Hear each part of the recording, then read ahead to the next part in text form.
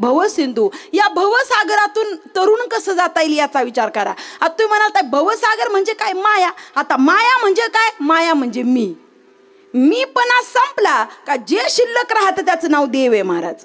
आपल्याला शरीराची उपाधी लागली म्हणून मी म्हणतोय हे माझं, ते माझं, ते माझं.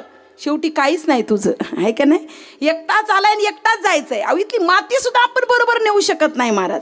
हे प्रत्येक मी सांगते तुम्ही ऐकताय, पण प्रत्येकाचा प्रपंच ठासून चालू आहे महाराज, आहे का नाही? गावरान भाषा बोलायची झाली तर आपण मरण विसरलेली माणसं आहे.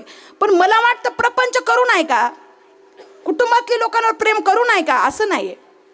सगळ्या साधू संतांनी प्रपंच केला हो. माझी माऊली सोडली तर सगळ्यांनी प्रपंच केला. अरे पत्नीनं पतीवर इतकं प्रेम करावं का पतीला वाटलं पाहिजे माझ्या पत्नीसारखी दुसरी पत्नीच नाही, आहे की नाही? पत्नीनं सुद्धा पतीवर प्रेम करावं आणि पतीनं पत्नीवर प्रेम करावं. बस माझ्यासारखा नवरा दुसरा कोणालाच नाही. सासूनं सुनेवर प्रेम करावं, सुनेनं सासूवर प्रेम करावं. आईनं मुलांवर प्रेम करावं, मुलांनी आईवर प्रेम करावं. प्रचंड प्रेम एकमेकांवर करावं, पण आपलं अंतःकरण भगवंताला देऊन टाकावं. प्रेम एकमेकांवर करा, पण आपलं हृदय त्या भगवंताला देऊन टाका. नवे नवे त्या हृदयामध्ये त्या भगवंताला कोंडून ठेवा महाराज.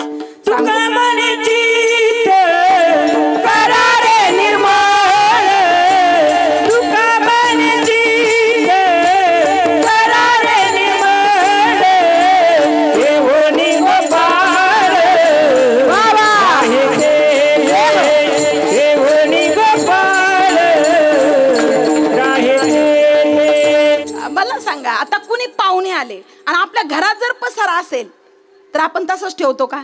नको. का? बाई आलेले पाहुणे नाव ठेवतील, है ना? नको.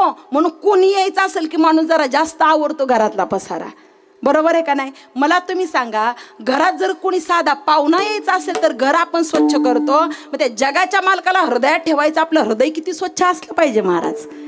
विचार करण्यासारखी गोष्ट आहे का नाही? आपल्या हृदय स्वच्छ असावं, त्या स्वच्छ असणाऱ्या हृदयामध्ये जगाच्या मालकाला बसवावं. हा मीपणा त्या ठिकाणी सोडावा. मीपणा सोडला, मी म्हणजेच माया आहे महाराज. जगद्गुरु तुकोबाराय लोकांना सांगण्याच्या आधी स्वतःच्या मनाला सांगतात, अरे नको नको मना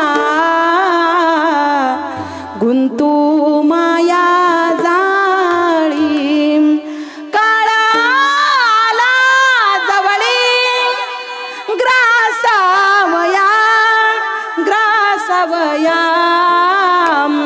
नको नको नको नको मना गुंतू माया जाळी. समाजाला सांगण्याच्या आधी मनाला सांगितलं, मना या मायाजाळामध्ये तू अडकू नको, या मीपणामध्ये तू अडकू नको. मी म्हटलं की दुःख आहे महाराज. तुम्ही कोणा मी म्हटलं, आता तुम्ही उदाहरण काय? सध्याचं चालू घडीतलं उदाहरण सांगते ऐका. एका